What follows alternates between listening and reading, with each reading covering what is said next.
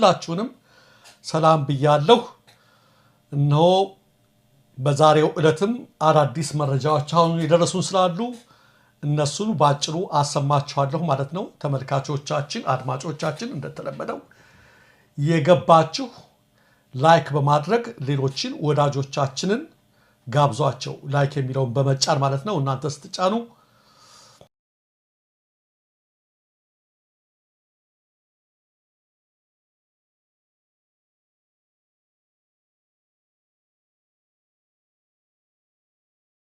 ዋንደና መጣችሁ መቲ ደራ እንዴት ናችሁ? በቅድሚያ ወደ ውይይታችን ከመግባታችን በፊት በተለመደው ሰዓት ያልገባ ነው ማስተላለፍ የነበረብን ዓለም አቀፍ የኦርቶዶክስ ስብሰባ ነበረ። እሱን ስናስተላልፍ ነው የዘገየ ነው ማለት ይኖርብኛል። ሁልጊዜ ሰዓታችንን ጠብቀው ለሚከታተሉን ይቅርታ እንጠይቃለን። ወደ ውይይታችን እንለፍ። ደራ ሳምንቱ እንዴት ነበር ባንተ በኩል? ምንስ መረጃዎች አሉ? በመቀጠል ደግሞ ወደ መቲ ሄዳለሁ። አመሰግናለሁ ገዱ። መቲ እንዴት ናችሁ? ሰላም ነው ወይ? ያው እንግዲህ ሳምንቱ በተለይ ትልቅ ትኩሳት ሆኖ ያለፈው በዚህ ሳምንት እንደምናውቀው የቤተክርስቲያን የኦርቶዶክስ ተዋሕዶ ቤተክርስቲያን ጉዳይ ነው። ዛሬ ማስደንጋጭ ነገር ከስፍራው ሰምተናል፣ እንመጣበታለን። ቀጥሎ ደግሞ የሾፌሮች አዋጅ የታርጋ አዋጅ ነው፣ እሱንም እንመጣበታለን። ከዛ በፊት ግን ሁላችንም እንደምናውቀው የጠቅላይ ሚኒስትሩ አማካሪ ጌታቸው ረዳና የደህንነት ሹሙ ሬድዋን ሁሴን አልጀዚራ ላይ አንድ ጽሑፍ አውጥተው ነበረ። ህወሓት ከፋኖና ከኤርትራ መንግስት ጋር ሆኖ ጽምዶ ሆኖ በሚቀጥሉት ቀናት ሊወሩን ነው የሚል ማለት ነው። ከዛ በፊት ደግሞ ፊልድ ማርሻሉ አከርካሪያቸውን ሰብረነዋል ብለው ነበረ። ያው የጭንቀት ነው መግለጫው። ሰፋ ያለ ጽሑፍ ነበር ያወጡት። ለዛ ለጽሑፍ የኤርትራው ማስታወቂያ ሚኒስቴር አቶ የማነ ገብረ መስቀል በዛሬው ዕለት ምላሽ ሰጥተዋል። በትዊተር ገጻቸው ላይ የሁለቱ ባለስልጣናት ንግግር በሐሰት በማታለልና በተሳሳተ መረጃ የተሞላ ነው በማለት ነው ያጣጣሉት። እንደውም ምንድነው ያሉት አቶ የማነ በዚሁ ጽሑፋቸው ላይ ይልቁንም ዛሬ ክስ እያቀረቡ ያሉ አካላት ህወሓትና ብልጽግና የነጌታቸው ህወሓትና ብልጽግናዎች የፕሪቶሪያውን ስምምነት ከመፈረማችን በፊት ከጥቂት ጊዜ በፊት ጅቡቲና ሲሸልስ ላይ በምስጢር ተገናኝተው በኤርትራ ላይ የጋራ ወረራ ለመፈጸም ሲዶልቱ ነበር ብለው አዲስ መረጃ ይፋ አድርገዋል። ዛሬ ሁላችሁም እንደምታውቁት በሰሜኑ ጦርነት ጊዜ አብይ ኤርትራን አሰልፎ ነው ያን ነገር ያደረገው። ነገር ግን ጦርነቱ ካቆመ በኋላ ፕሪቶሪያ ሊፈረም ሲል ደግሞ አያችሁ ተገልብጦ ሲሸልስ ላይ ሲወያይ ነበረ። ይህን ነገር ለማድረግ ማለት ነው ሲወያይ ነበረ። ነገር ግን አልተሳካለትም። ያው ነው የሚሉት አዲስ ሚስጥር ነው ዛሬ ይፋ ያደረጉት። ይህን ያደረጉት ይህንንም ኤርትራን ለመውጋት ያለ ሚስጥራዊ ምክክር አቶ ጌታቸው ረዳ ራሳቸው ከዚህ ቀደም ተናግረውት ነበር ብለዋል አቶ የማነ። በአሁኑ ወቅት በቀጠናው ወደሚታየው አለመረጋጋት መንስኤው የኢትዮጵያ መንግስት ካለፈው ታህሳስ ወር ጀምሮ እያራመደ ያለው የባህር በር መሻት የወደደው የጠባጫሪነት ንግግር ነው ብለዋል። አክለውም አሁን በእኛ ላይ የቀረበው ክስ ይህንኑ የራሳቸውን የጦርነት አጀንዳ ለመሸፈን የታለመ የፕሮፓጋንዳ ዘመቻ ነው ሲሉ ምላሻቸውን ሰጥተዋል። እና ይህን ተከትሎ ዛሬ ከትናንት ምሽት 1 ሰዓት ከ8 ደቂቃ ጀምሮ አፋር ክልል ዞን 2 አበዓላ አካባቢ ዋና መስመር ከትልቅ መስጊድ አለፍ ብሎ መንገድ ተዘግቷል። በምስል ነው የደረሰን። መንገዶች ተዘግተዋል። ያ ብቻ ሳይሆን በኢትዮ ጅቡቲ መስመርም ከፍተኛ ወታደራዊ ትርምስ አለ። እና ምንድነው እንግዲህ ሁሌም እንደምታውቁት በተለይ ባለፉት 4 ዓመታት ጦርነት ላይ የቆየው የአብይ አህመድ አገዛዝ ክረምት በመጣ ቁጥር በጣም ይጨነቃል። አይታችሁት ከሆነ ሊወሩን ነው እናሰጉን ነው፣ ቀጠለ፣ ሰራዊቱ ተንቀሳቀሰ፣ አቅሙን አጠናከረ፣ ድሮን እንዲያደረጉ የሚል ዜናዎች ይለቀቃሉ። አይታችሁ ከሆነ አሁንም ክረምት ደርሷል እና ከፍተኛ ፍርሃት ውስጥ ናቸው። በተለይ የዘንድሮ ክረምት ከበድ ያለ ነገር ይመስለኛል ይዞ የመጣው ነገር። ስለዚህ አሁን ጌታቸውና ሬድዋን የጻፉት ጽሑፍ እንደምታውቁት ብርሃኑ ጁላ በተናገሩ በ5 ቀን እንኳን ሞላቸው። ብርሃኑ ጁላ ጽምዶ የሚባለውን አካል አከርካሪውን ሰብረናል ብለው የተናገሩት ራሳቸው የፈጠሩት የፍርሃት መንፈስ ነው ይሁሉ። ከዛ ደግሞ ልንወረር ነው አሉ። ከዛ ያው ደግሞ ዛሬ ምላሽ ሰጡ። ኤንወይ በዚህ በክረምት አንድ ነገር ሊፈጠር ይችላል የሚል የብዙዎች ግምት አለ። የውጭ ተንታኞች የኢትዮጵያን ጉዳይ የሚከታተሉ ምናልባትም ከፍ ያለ ጦርነት ሊከሰት ይችላል የሚል ነገር አለ። ሌላ ሁላችሁም እንዳያችሁት አብይ ካሁን በኋላ እነ ደብረጽዮንን አናቃቸውም ብሎ የዛሬ ወር ተናግሮ በወሩ ኦሉሴጉን ኦባሳንጆን የናይጄሪያ ፕሬዝዳንት ትናንትና ደብረጽዮን ጋር ልኳቸዋል መቀሌ። ይሄ ሁሉ ከምን የመነጨ ነው? ከፍርሃት የመነጨ ነውና ይሄ ክረምት ምን ይመጣል የሚለውን ነገር አብረን የምንመለከት ይሆናል። እግዚአብሔር እድሜና ጤና ይስጠን። ይህ ነገር ከሆነ በኋላ ይህን ከተመለከትን በኦሮሚያ ክልል በርካታ ሚሊሻዎች አልቀዋል እና ወር አብዲ ሌላም ሚሊሻ እያሰለጠኑ እንደሚገኝ ይህን ተነግሮናል፣ ተመልክተናል። ወደ ቤተክርስቲያን ጉዳይ ስንገባ ዓለም አቀፍ ሰልፍና ጥሪ እየቀረቡ ነው በበርካታ ቦታዎች ላይ አሜሪካን ጨምሮ በተለያዩ ቦታዎች ላይ በአውሮፓ ከተሞችም ስለ ቤተክርስቲያን የሚደረጉ ጥሪዎች፣ ተቃውሞዎች እየበረቱ ነው ያለው። ምክንያቱም ተመልካቾቻችን ውሃ ቢወቅቱትን ቦጭ ነው የብልጽግና ነገር። ትናንት ማታ ዲያቆን ዘላለምን ፈተውታል። ከትናንት ወዲያ መምህር በትረ ማርያምን ፈተዋል ከታሰሩት መካከል። ይሄ የማደንዘዣ የስር ዘመቻ ነው፣ አጀንዳ ለማስቀየር ነው ያልናቸው። ነገር ግን ከትናንት በስቲያ ወደ አካባቢ የሄዱ አባቶች አሰኮ እንዳይሄዱ የጸጥታ ችግር አለ ተብለው ነው የተመለሱ ያሉት። ይህ ምን ማለት ነው ተመልካቾቻችን? በዛ ጋር ያለው ነገር ገና እንዳላለቀ ነው ችግሩ የሚያሳየው። አባቶች ባልሄዱበት ሁኔታ በፍጹም የቤተክርስቲያን ችግር በፍጹም እንደዛ ሊሆን አይችልም። ይሄን እየሰማን ባለንበት ዛሬ የተሰማው ዜና ይገርማችኋል። ዛሬ ቀጥር ላይ እጅግ አስደንጋጭ ነው። በዛሬ ዕለት ከመርቲ ወረዳ ዋና ከተማ አቦምሳ ተነስቶ ከአቦምሳ ትናንት አባቶች ከሄዱበት ተነስቶ ወደ አሰኮ በመጓዝ ላይ የነበረ የህዝብ ማመላለሻ አውቶቡስ በግምት ከአቦምሳ 10 ኪሎ ሜትር እንደቀረ ጋዶ ተብሎ በሚጠራ ቦታ ላይ ታገተ። መንገደኞች በሙሉ የኦርቶዶክስ እምነት ተከታዮችን አስወርደው ዛሬ ወደ ጫካ ወሰዷቸው። ዛሬ ነው የምነግራቸው። ተመልከቱ። በዛሬ ዕለት ኦርቶዶክሳውያን ወደ የት ወደ አሰኮ ድጋፍ ለማድረግ ወገኖቻቸውን ለመሄድ የሚሄዱትን አግተው ወሰዷቸው። ትናንት አባቶችን ምን አላቸው? ለዚሁ ሲያመቻቻቸው ሴቲንግ እዛ ጋር የጸጥታ ችግር አለ ተመለሷል። የጸጥታ ችግር እንዳለ በሚታወቅበት ቦታ ላይ መከላከያ መድቦ እንዲያደርሱ ሲደረግ ጉዳተኞች ሊጠየቁ ሲገባቸው ይቀጥላል ገና እዛ አካባቢ መሄድ የለባቸውም ብሎ አባቶችን መለሱ። ሌላ ሰው እንዳይደርስላቸው ዛሬ ማገቱ። የምር ነው የመጣው። ደግሞ ይሄን የሚያደርገው ማን ነው? አሳይተናቸዋል። የነሱ ጸጉራቸውን የተጎነጎኑ የሸኔ የሚመስሉ ወታደሮች ከመከላከያው ጋር አብረው መሰለፋቸውን ተመልክታችሁታል። አብይና ሽመልስ የሚሰሩት ስራ ገና ይቀጥላል። ከነሱ ውጭ ለማስመሰል ጳጳሳት እንኳን ስፍራው እንዳይደርሱ ነው ያደረጉት። የአርሲው ጉዳይ ገና ይቀጥላል ብለን የነገርናችሁ መቼ ነው? ከትናንት ወዲያ ነው። የተዘጋጀው እቅድ በጣም ትልቅ እቅድ ነው። በጣም ትልቅና አስፈሪ ነገር ነው ያደረገው። እነሆ ሌሎች እንኳን እንዳይረዷቸው ሄደው ተመልከቱ። ሌሎች እንዳይደግፏቸው እገታውን ቀጠሉበት። አገር እያለቀሰ ይሄን አካባቢ እንኳን ደንግጦ ለማረጋጋት አልሞከረም። መከላከያ መድቦ ፖሊስ መድቦ አለኝ እያለ የሚፎድነው ሰማያዊ የኛ ነው ምናምን እያለ በራሱ ህዝብ ላይ ድሮን የሚጨፈጭፈው አይደል? ይሄን እንኳን ማድረግ አልቻለም። የታወቀን ቦታ ጥቃት የተፈጸመበትን ቦታ ለምን እዛ መድረስ የለም ነው። ኢንቴንሽናል የሚደረግ ነው። ትናንት አንድ ቪዲዮ አሳይቻቸዋለሁ። የአብይ ንግግር ነው ይሄን ሁሉ የሚያመጣው። ካሁን በኋላ ሙስሊም ሁለተኛ ሀገር ሆና የምትታይ ኢትዮጵያ አይሰራም ነው እኮ ያለው አብይ። አይታችሁ ነው ትናንትና ያ ንግግር። ሙስሊም ሁለተኛ ሀገራቸው መቼ እንደሆነ አላውቅም። አብይ ገና 8 ዓመቱ ነው ስልጣን ላይ ከወጣ። ኢትዮጵያ ውስጥ ሙስሊምና ክርስቲያን ስንት ዘመን እንዳለፈ ታውቃላችሁ። አብይ የዛ አይነት መርዝ እየረጨ ያመጡት ንግግር ነው።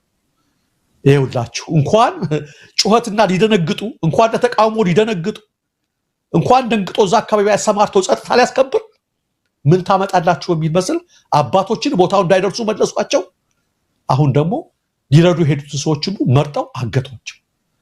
በመብትን ለማስከበር ከመነሳት ውጭ አባቶቻችን እያሰሙት ካለው ሌላ ነገር የለም የሚለውን ነገር ለመናገር ነው። ተመልካቾቻችን አንዱ ይሄ ነው፣ የቤተ ክርስቲያን ጉዳይ ነው።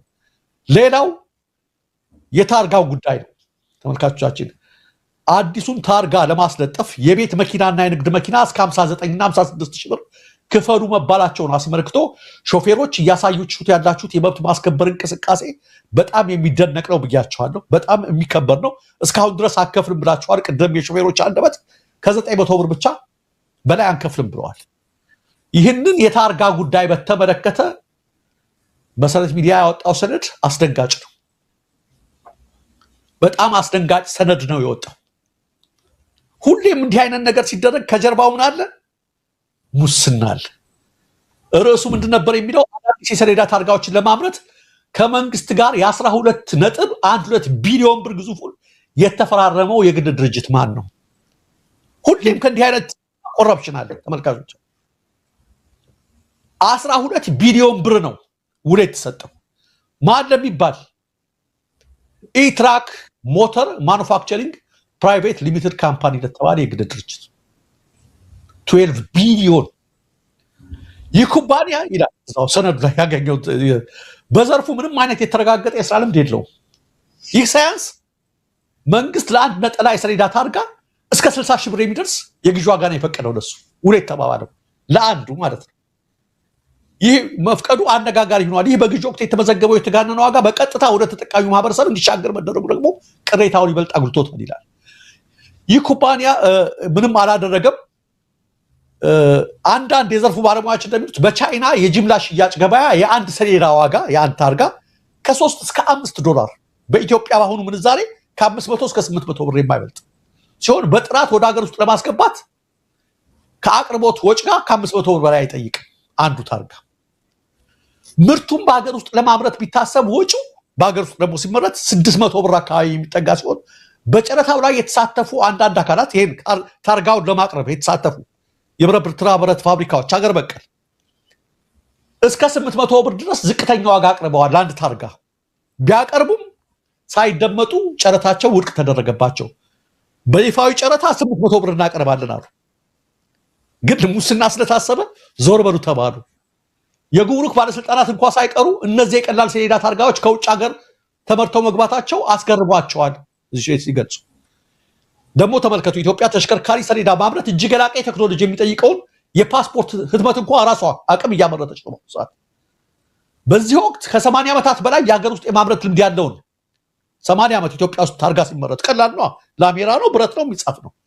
ከ80 ዓመት ልምድ ያለውን ይህ መሰረታዊ ታርጋ ኢንዱስትሪ ዞር በሉ እናንተ አታስፈልጉ የሀገር ውስጥ ወደ ውጭ መግፋትና ህዝብን ለከፍተኛ ወጪ መዳረግ ፍጹም ተቀባይነት የሌለው ነው ተብሏል። ባለሙያዎች እንደሚሉት ይህንን ምርት ከቻይና ለማስመጣት የተመረጠበት ዋናው ምክንያት የሀገር ውስጥ አምራቾችን ለመደገፍ ሳይሆን በሙስና አሰራር ላይ ከተመሰረተ የግድ ጥቅም ጋር የተያያዘ ነው። በመሆኑም የተሰጠው የቢሊዮኖች አጠራጣሪ ውልና ይፋ የሆነው ከፍተኛ የሽያጭ ታሪፍ በአስቸኳይ ቆሞ ገለልተኛ ኢንቨስቲጌሽን ወይም ምርመራ እንዲደረግ ጥሪ እየቀረበ ይገኛል ይላል። አያችሁት ተመልካቾቻችን፣ አንድ ታርጋ 800 ብር እናቅርብ ያሉ በጣም ጥራት ያላቸው ኢትዮጵያ ውስጥ ያሉ ታርጋዎች 80 ዓመታቸው ተመልከቱ ሲመረቱ። የተለየ አይደለም ይሄ ታርጋ ላሜራ። አንድ ታርጋ ይሄን ያህል ነው የሚያወጣው። ስለዚህ ይሄንን ታርጋ በ800 ብር ለማቅረብ ዝግጁ ነኝ ያሉ ባለብረት ፋብሪካዎች አቅራቢዎች አይቻልም ብሎ በ56 ሺህ ብር አንድ ታርጋ ይጻፍ። ለማን? ኢሞተርስ ቅድም ማኑፋክቸሪንግ ፕራይቬት ሊሚትድ ካምፓኒ የማን ነው ይጣራ እያሉ ነው። አሁን አያችሁ ጉዳዩን የተከታተሉት ኢንቨስቲጌት ይደረግ። የማን ነው ይሄ ካምፓኒ? የግል ካምፓኒ የማን ነው? እርግጠኛ ነኝ ወይ አብይ ወይ ሽመልስ ወይ እነሱ። ባለፈው ሾፌሮችን 40-30 ዓመት አገልግለው ምን አሏቸው? የምዘና ፈተናና ምናምን ስልጠና ምናምን አላቸው። ለምን ሆነ ታውቃላችሁ? ስልጠናውን የሚሰጡትና ምን የሚያደርጉት የራሳቸው ዘመዶች ናቸው። ድርጅት በሹፌሮች ላብና ደም ላይ በሰዎች ላብና ደም ላይ የራሳቸው ሚሊዮነር እየገነቡ ትልቁ እንደዚህ አይነት ሙስና ነው። እና ግን አስደንጋጭ ሆነ። ከአሜሪካ ጋር በታነጻጽሩት፣ ከጎረቤት ኬንያ ጋር በታነጻጽሩት፣ ከቻይና ጋር በታነጻጽሩት የኢትዮጵያ ጉድ ነው የሚያሰኘው። አንዳንድማ ላዳ ታክሲዎች ለታርጋ የተጠየቀውን ያህል ዋጋ ያወጡም አሉ። በቃ የወዳደቁ ናቸው።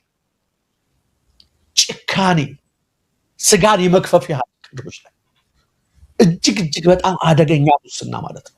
ከአሁን በፊት እንደነገርኳችሁ አንድ ከብት በጣም በመዥገሮች ደሙ ተመጦ አጥንቱ ቆሞ ጠቅላላ ቀርቶት ሰፍረውበታል። ኮርቆ ትንፋሹ ብቻ ቀርታለች።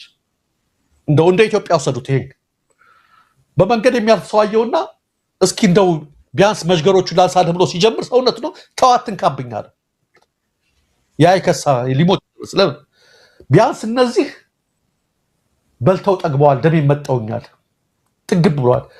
ይሄንን ደግሞ ስታነሳልኝ ሌላ በሙስና በማት የራባቸው የተስገበገቡ ይመጡና አጥንቴን ይጨርሱታል አለ። ይሄ ነው እየሆነ ያለው ኢትዮጵያ ላይ የህዝቡን ደም አጥንት የሀገሪቱን ደም አጥንት ያኔ ማድረግ ነገር ነው እየሆነ ያለው። በጣም አሳፋሪ ነገር ነውና ለግል ኩባንያ ነው የሰጡት። ከዚህ ሁሉ ጀርባ ያለው ምንድነው? እሳት የላሰ ኮራፕሽን ያለው ነው። ለዚህ ነው የሾፌሮች አንደበት ዛሬ የሚያወጣው መግለጫ ጥሩ ነው ያወጣችሁት። ከ900 ብር በላይ አንከፍልም ብለው እኔ እንደውም 1000 ብር 2000 ብር በሉ ነበር ያልኩት ትናንት። ከዛ በላይ አትከፍሉ ነበር ያልናቸው። እነሱ ግን ሂሳብ ሰርተውም ብለው ለአንድ ታርጋ ከ900 ብር በላይ አንከፍልም ብለዋል።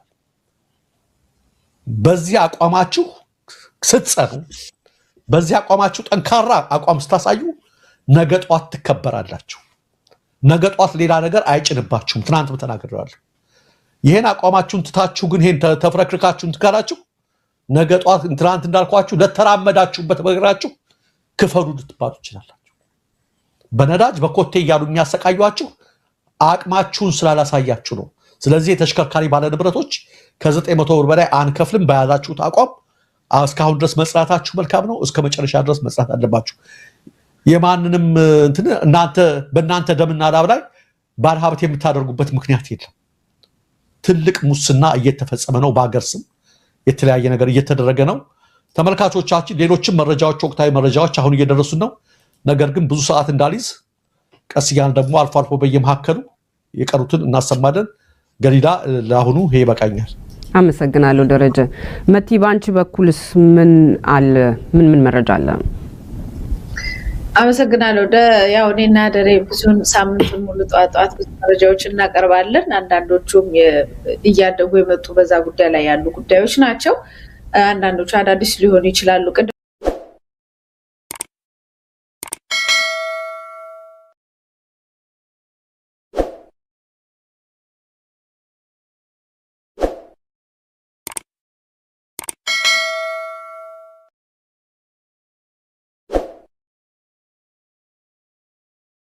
እስቲ ዛሬ ትንሽ ላስጎበኛችሁ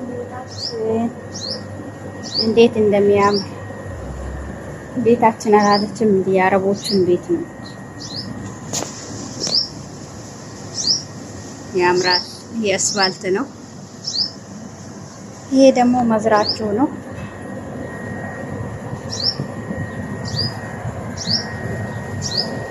እዛ ይቃርከን ነው።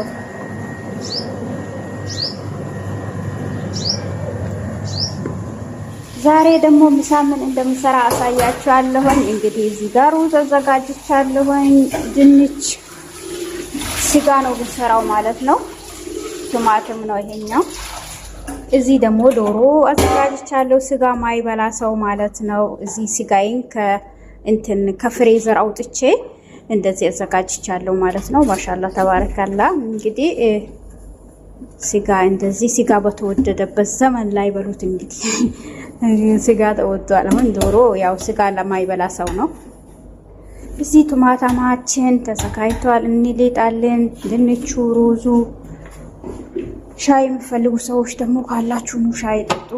ሻይ አዘጋጅተናል። ሻይ ከረክ ነው። ማሻአላ ተባረካላ።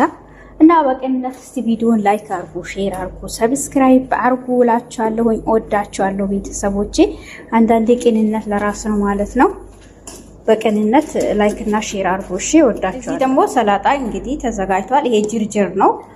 በዚህ እንደዚህ አጥበን እንደዚህ እናስተካክልና እናስቀምጣለን። ይሄ ደግሞ ኮራት ይሉታል እነሱ። ኮራት ነው። ይሄ ሽንኩርት ነው ማለት ነው። እንደ ሰላጣ ነው። ሰላጣ በአንድ በኩል ታዘጋጁና ይሄንን ደግሞ የፈለገ ሰው ሳይቆራረጥ እንደዚህ በረጅሙ ይበላል። እንደ ከስም ታጥቦ ማለት ነው። እና የዛሬ ምሳችን ይሄን ይመስላል። እንግዲህ ገና ልንጀምር ነው ምሳችን ማለት ነው። ቢስሚላህ ብለን ልንነው። እናንተም ቢስሚላህ ብላችሁ እንግዲህ ላይክ አድርጉት። እናንተም ሁላችሁም ወዳችኋለሁ። ኢትዮጵያ ለዘላለም ትኑርልን። ሀገራችን ሰላም ኢትዮጵያ አላህ ያቆይልን። ሁላችሁም በየሃይማኖታችሁ ጸሎት አድርጉ፣ ዱአ አድርጉ ማለት ነው።